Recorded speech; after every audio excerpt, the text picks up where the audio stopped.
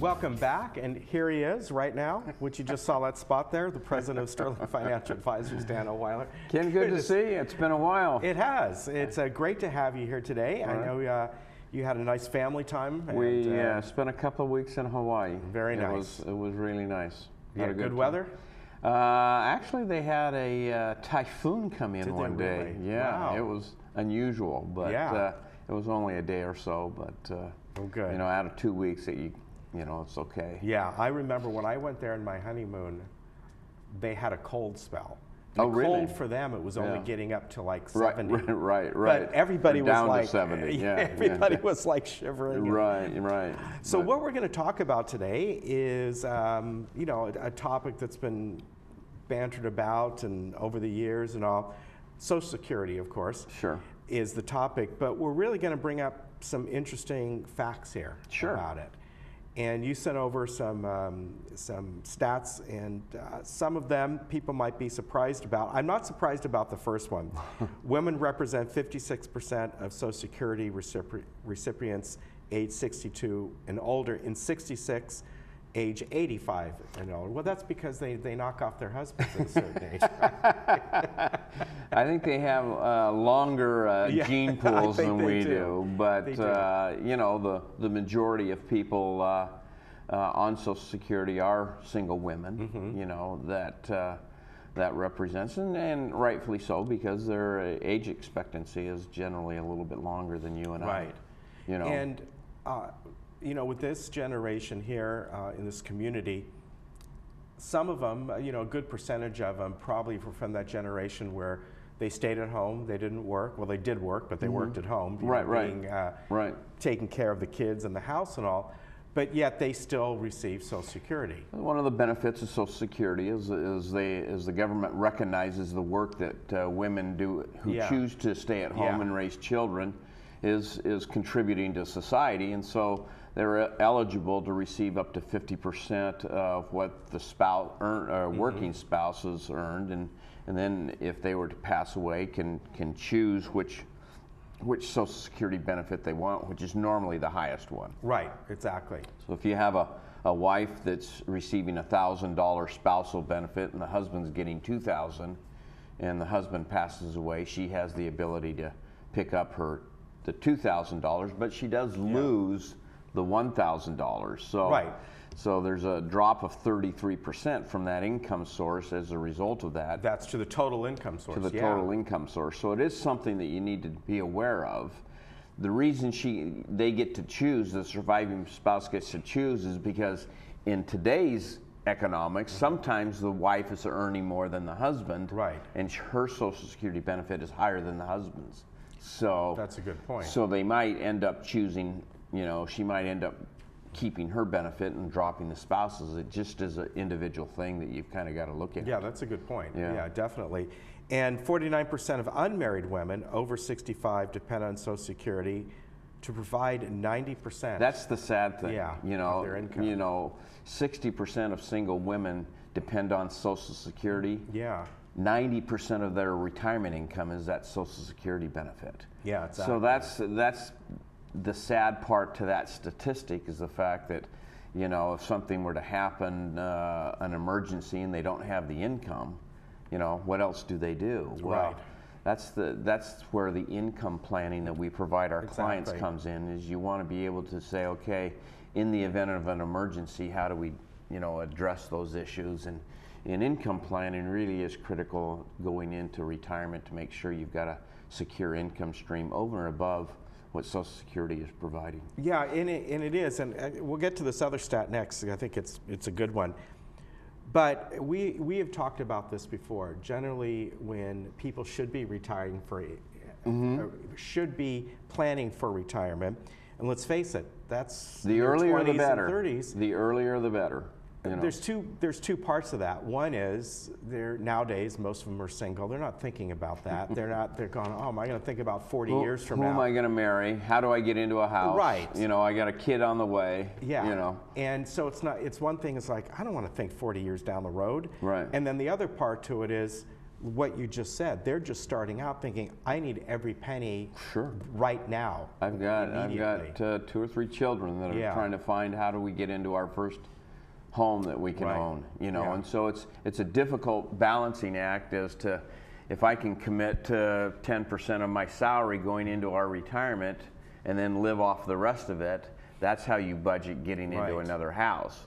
But it's difficult because you and I have gone through that. Right. You know, living in a 1-bedroom apartment when you first get married and you're struggling and trying to put every penny away to get into a house. You know, it's say, let's take 10% of that and put it towards retirement that's 40 years away. Exactly. You know, it's a challenge to do that.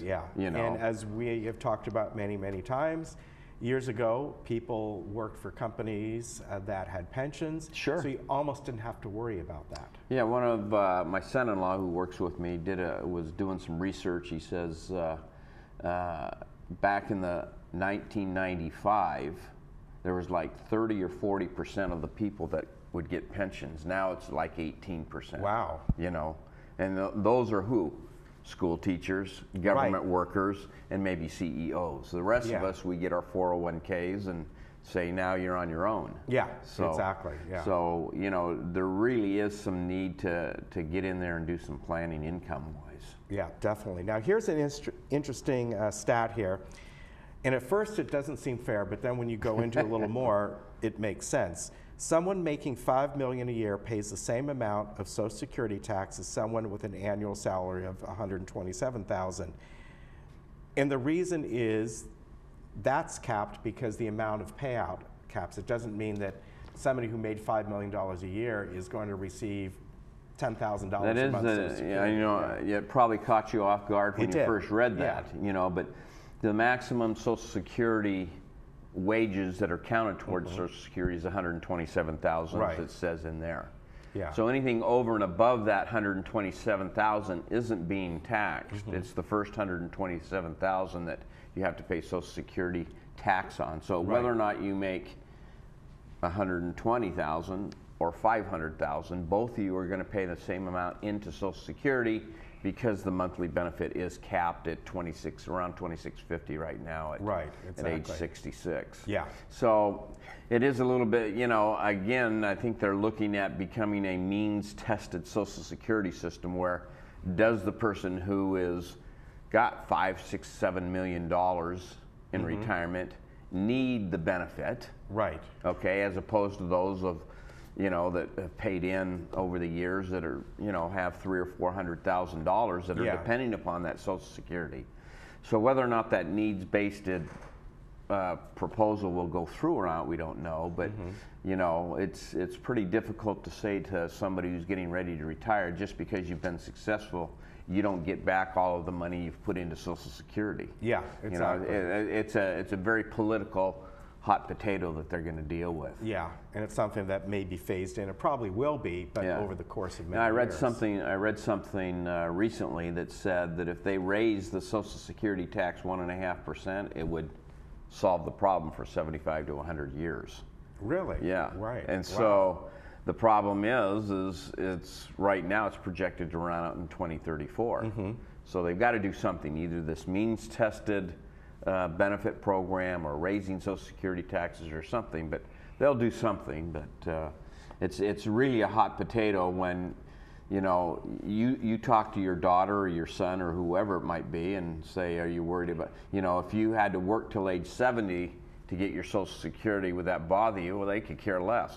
Who am I going to marry? What, you know, how am I going to, you know, they're not even thinking about retirement. Right. But you and I, or, you know, have paid into the system for a long time, you know, I don't want to have to work another 5 years in order to get a benefit. Right, know? Exactly. So the changes will probably affect the next generation coming up, not those that are currently receiving it or getting ready to receive it. Yeah, exactly. And hopefully they might do better as planning. Yeah, exactly. But yeah, you made that, you know, really good, you made that point there about what they're projected of running out, but hopefully they'll and unfortunately, those that are like myself who are self-employed don't have employers paying into the plan for me. Yes. And so it costs me the full 12.5% or whatever, you know, and I don't get the Social Security benefit from the employer that, So I'm paying in the social system for my employees. There's a charge to me as an employer, but nobody pays into it for me. It comes out of my earnings. Yeah, and that's a at good the end point. of the year. Yeah, you know? and that's something I read this and I didn't realize. Right. And so it costs me a little bit more to get my benefit because nobody's been contributing half into that. Exactly, because you're basically where you're employing yourself. Correct. All right, Correct. So, you know, if you want to take yourself out to lunch, you can, or whatever you want to do. Now, here's an interesting one. About 60% file for early benefits.